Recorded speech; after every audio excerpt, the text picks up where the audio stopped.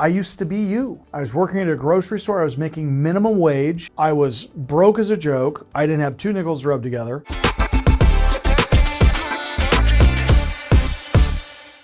Just follow my system, follow my process, and it'll guide you to greener pastures. It's absolutely unbelievable. The most incredible system I've ever seen. And I built it because I used to be you. I was working at a grocery store. I was making minimum wage. I was broke as a joke. I didn't have two nickels to rub together. This is back in 1995, and I go to a seminar at a hotel ballroom after seeing an infomercial on TV.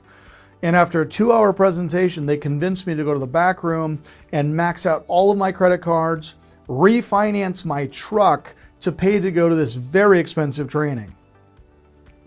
Now, I'm sure you all have had a similar experience at some point in your career where somebody convinced you to buy something and it didn't work out for you. Well, I didn't have that luxury. I was so broke, I had to make this work. I was going to get my car repossessed. And I was motivated, let me tell you. And I was not motivated to get rich. I was just motivated to get that car payment paid off so I didn't have that breathing down my neck. So I leveraged everything I owned. I maxed out every credit card that I had, and I went to that 3-day training. A few months later, I flipped my first deal with the pharmacist that worked at the grocery store with me.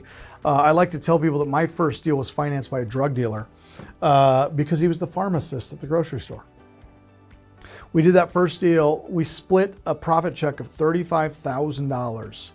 Now, $17,500 when you're 19 years of age is transformational, especially when you're making $3.90 an hour, which was the minimum wage back in 1995. Transformational. Took that first deal, did it again, and now we're here. Okay, that was 28 years ago. Wow. And it would not have started if I wouldn't have gone to that back room and did everything it took to make that happen. And so I know where you're at. I've been where you're at. But I'll tell you, watching free things like this is not going to make the necessary changes.